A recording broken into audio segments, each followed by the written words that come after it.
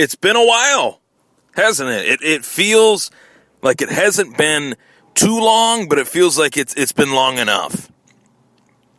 Since I've been on the mic, since I've been live, as the host of the Thomas Take Sports Podcast, yours truly, Ryan Thomas. And what a whirlwind this last few weeks has been. The last few days have been for me, for the show. I really appreciate all the support. It's been a little bit. It hasn't been too long since I've been on. But, as I said, it's been long enough. Long enough for me. I love this. I love this podcast. I love putting my voice out there, letting people hear it, letting people know what does Ryan Thomas think, what is the Thomas Take. And I've been on a lot of shows these last few weeks. Guest starring, guest spots on a lot of different shows. The Bills Wire, the Jets Factor, My Fantasy Podcast, and many more. Coming right up. Plenty more coming up in a moment, as RJ would say. So, that being said, all of that talk really revolved around the Buffalo Bills. None of that talk really involved an upcoming pay-per-view event brought to you by the UFC. And that pay-per-view event is Tyron Woodley versus Darren Till for the UFC welterweight title. This is a very interesting fight for a lot of different reasons, which I will obviously get into. But let's get into the pre-fight gambit of this whole fight, because that's what really sets the stage, sets the tone for the actual event. Tyron Woodley, the reigning defending UFC welterweight champion, he's had a rough go of it during his UFC career, especially as a UFC champion. More so, honestly, as a UFC champion than as a contender. As a contender, he was deemed a contender, was given the right respect, was given a title shot, won the title off of Robbie Lawler, was given the right push. And ever since his days of being a UFC champion, in which he dethroned Robbie Lawler, that all kind of went out the window in Tyron's eyes. Now, I've had some moments of harsh criticism for Tyron Woodley. I think he buys into what other people say far too much. I think he looks into what people say far too much for a guy that is literally the welterweight champion of the world in the premier mixed martial arts organization in the world. I wouldn't really let many things bother me if I were in his shoes. Very few things would bother me, such as a fan saying that he thought I didn't win a fight. That fan of the sport that said that he did not win a fight was me. And that fan was blocked from his Twitter.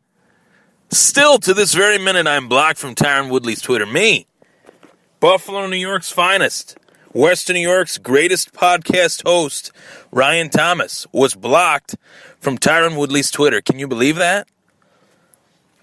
And as much as I think to myself, what the heck is this guy doing? I'm sure he didn't really, maybe it wasn't him pushing the button. Maybe it was one of his reps or whatever you want to call it. Who knows? But I'm sure he deals with real hatred from real people out in this world that say things that are racist, that say things that are ignorant, that have no business having a mouthpiece in any avenue, let alone in sports. So, I do understand that. I do have to put myself in his shoes a little bit and say, well, what type of stuff does this guy actually have to do with year in and year out? Probably has to do with a lot. Probably has to do with quite a bit, to be fair. And that quite a bit is probably pretty brutal. So all that being said, he's had a rough go of it as a UFC champion. And everybody knows what I mean by that, whether it's in the ring or in the octagon or outside the octagon, he has had a rough go of it. The title defenses have not been that impressive. His UFC 205 fight with Stephen Wonderboy Thompson was a draw. The rematch was a fight that he won very closely. Then he fights Damian Maia, and that fight broke a record for the least amount of strikes thrown in a UFC title fight. So that doesn't look good. That doesn't look good at all for Tyron Woodley. That makes him come out very boring. And much to my dismay, to be quite honest, I'm not the biggest fan of Tyron Woodley. You know, I think he's a great fighter. I think he's got a lot of intangibles, but he's not one of the first guys that come to my mind when I think of, you know, the UFC and the current state of the UFC. But much to my dismay, his own boss has gone out on a limb and has completely disregarded his championship career, which is a little disheartening and isn't fair. This guy is the champion of the world. This guy, despite the fact that this, that, and the other has happened in the cage, and that he might not be the most entertaining fighter out there, that he has fought safe once he won that title. That's what champions are supposed to do. You're supposed to keep your belt. A champion's not supposed to go out there with reckless abandon and take punches to throw punches. That's what earned Tyron Woodley the title, if you really think about it. And as much as I love Robbie Lawler, it was only a matter of time before that was going to happen. Due to the fighting style of Robbie Lawler, it was only a matter of time that Robbie Lawler was going to lose that title. You can only go through so many wars in one body.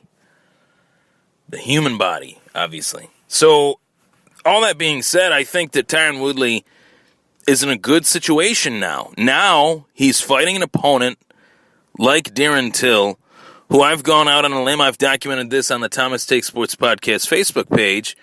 The UFC, the Ultimate Fighting Championship, run by WMEIMG, President Dana White, want Darren Till to become a superstar. They view him as the next UFC superstar, and for good reason. Darren Till is an electric, elusive, entertaining fighter. The 3 E's, I guess. Darren Till is a guy that deserved to get a title shot. And people will go, whoa, wait a minute. Did he deserve to get a title shot? He lost. Did he beat Wonderboy? He missed weight. Did he deserve it? Should have been of Colby Covington. Shouldn't Colby Covington get it? Right. A healthy Colby Covington was next in line to fight Tyron Woodley. A healthy Colby Covington was the interim welterweight champ, which literally means that he has the key, he has the golden ticket to getting that title fight. But Colby Covington stepped out, and in goes Darren Till as the number 2 guy. That is rankings. These things happen. Colby Covington has a sinus issue that he needed corrected. He gets that corrected, but would not be back in time to fight Tyron Woodley, obviously. And the UFC needed Tyron Woodley to fight. This guy hasn't fought since July of 2017, since John Jones defeated Daniel Cormier in what ultimately became a no contest for the UFC light heavyweight belt. It was that long ago that Tyron Woodley has fought. So, I have great interest in this fight. Great interest because this weight class is, is as prestigious as any in UFC history. You have former champions in this weight class like Matt Hughes, George St. Pierre, Matt Serra, Robbie Lawler. You have some big names as former champions in this weight class. There's been great fighters in this weight class. Former interim champion of this weight class, Carlos Condit. You have some great fighters that have competed in this weight class. This division, the welterweight division, has always been of interest to me. And you ask yourselves, we ask ourselves, what is the main question heading into this fight? Is it Tyron Woodley or is it Darren Till? Does it involve Tyron Woodley? Does it involve Darren Till? I'm here to tell you it involves Darren Till. Darren Till is the challenger. The challenger always has more questions to answer than the champion. The champion has been around. The champion has had multiple title defenses in this case. Darren Till has everything to prove and everything to gain, while Tyron Woodley has everything to lose but nothing to prove. Tyron Woodley could go out there, wait for his punch like he always does, maybe shoot a takedown. If he can't get it, so what? If he does, great.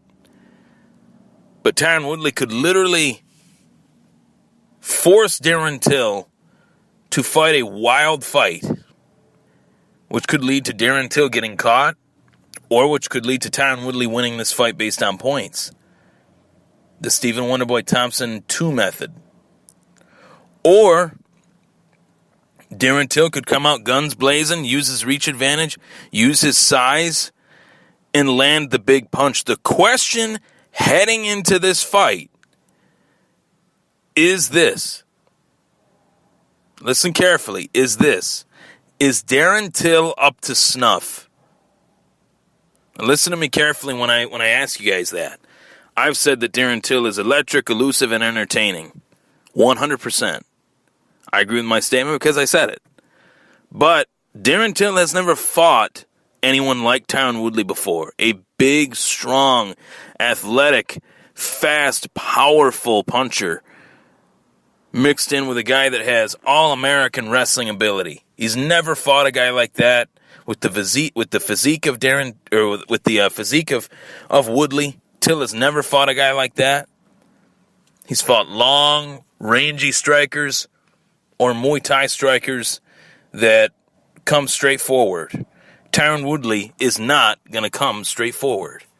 There's not going to be a rock'em sock'em robot fight. This is going to be a technical fight. And I don't know if Darren Till is up to snuff to win a fight like that. He's done it once before versus Wonderboy, as has Woodley. But many people questioned whether Till beat Woodley.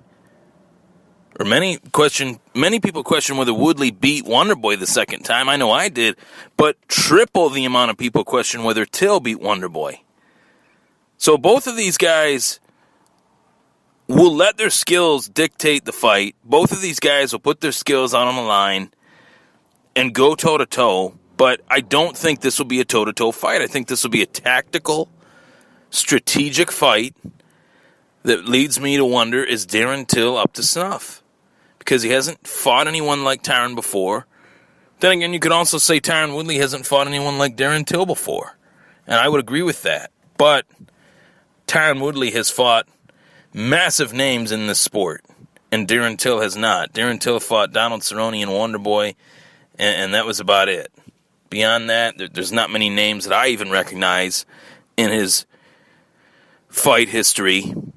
And I'm a massive fan, obviously. Massive follower. I've covered the sport since I was 18. There's no reason for me to not know who these guys are unless they were truly unknowns. So if you ask me who my pick is for the fight, I'm going to side with the champion in this one. I'm going to side with Tyron Woodley getting past Darren Till based on points or maybe a late finish. That's how I see it. He almost finished Wonderboy late once and twice. It didn't happen. Fought a very technical fight versus Damian Maia to avoid getting, on the ground with Maia due to Maia's slick jiu-jitsu game. I don't think Darren Till has those intangibles of fear for Woodley. And I think Woodley's going to try to drag this one out and bring Darren Till into deep waters, especially if Darren Till has a tough time making weight, which he always does. I'm Ryan Thomas. That was the Thomas Take Sports Podcast UFC 228 preview. Tyron Woodley versus Darren Till. The main event goes down live on pay-per-view. 10 in the East, 7 in the West. I'll be on the mic to recap the fight on Sunday, September 9th. Take care, everybody.